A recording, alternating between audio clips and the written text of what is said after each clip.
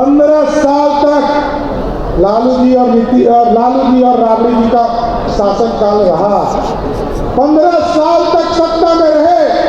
पहले मिलता है कि अपने आरक्षण जब लिए तो कहे कि हमारी पत्नी को मुख्यमंत्री बनाओ, इसको आरक्षण दो।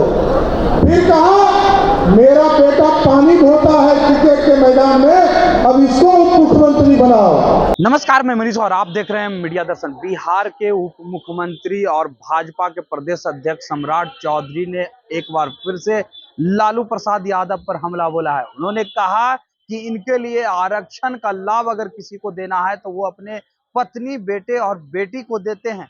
पहले जब आरक्षण का लाभ देने की जरूरत पड़ी तो वो अपनी पत्नी राबड़ी देवी को मुख्यमंत्री बना दिए, फिर बेटे को उप मुख्यमंत्री बना दिए जो कि पानी ढोता था।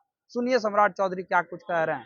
कई लोग तो ये कहेंगे कि हम आरक्षण देने वाले लोग हैं। उनसे पूछिएगा 15 साल तक लालू जी और राबड़ी जी का शासनकाल रहा। 15 साल तक सत्ता में रहे। एक व्यक्ति का नाम बता दीजिए आरक्षण नहीं मिला, ना पिछड़े को, ना दलित को, ना उच्च जाति के बहनों को, किसी को आरक्षण नहीं मिला साथियों। लेकिन भाजपा जब जब सरकार में रही है सबको आरक्षण देने का चिंता किया है। और लालू जी का आरक्षण किसको मिलता है? पहले मिलता है कि अपने आरक्षण जब लिए तो कहे कि हमारी पत्नी को मुख्यमंत्री बनाओ, इसको आरक्षण दो। फिर कहा मेरा बेटा पानी धोता है क्रिकेट के मैदान में, अब इसको मुख्यमंत्री बनाओ। फिर कहा दूसरा बेटा मेरा हरे कृष्णा हरे राम करता है, इसको मंत्री बनाओ।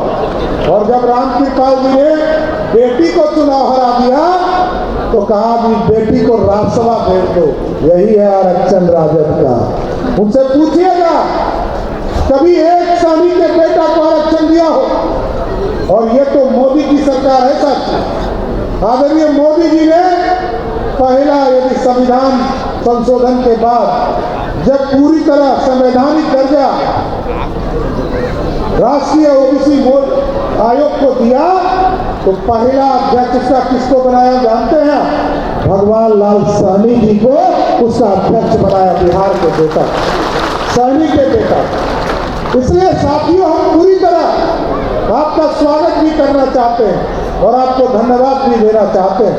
अब 2024 का बिगुल बजने वाला है और अगले 2-3 दिनों में किसी भी दिन राजनीतिक तौर पर आचार संहिता लगेगा, लोकसभा के चुनाव की घोषणा होगी। हम आपसे आग्रह करेंगे एक एक सहनी समाज ये कसम खाकर जाइए कि 2024 में फिर से मोदी की सरकार बनाना है, ये संकल्प लेने की जरूरत है। और हम धन्यवाद भी देना चाहते हैं राजभूषण निषाद जी को, कैप्टन कमलेश साहनी जी को, हरीश साहनी जी को, अशोक साहनी जी को, अजय निषाद जी को, सभी लोगों को जिन्होंने इतने बड़े कार्यक्रम हम लोगों के लिए। तो मैं बार बार कह रहा हूं कि भगवान जुब्बा सहनी कहना सीखिए, अपने समाज को आगे बढ़ाने का सोचिए और भगवान जुब्बा सहनी के शहादत को इस तरह याद किया।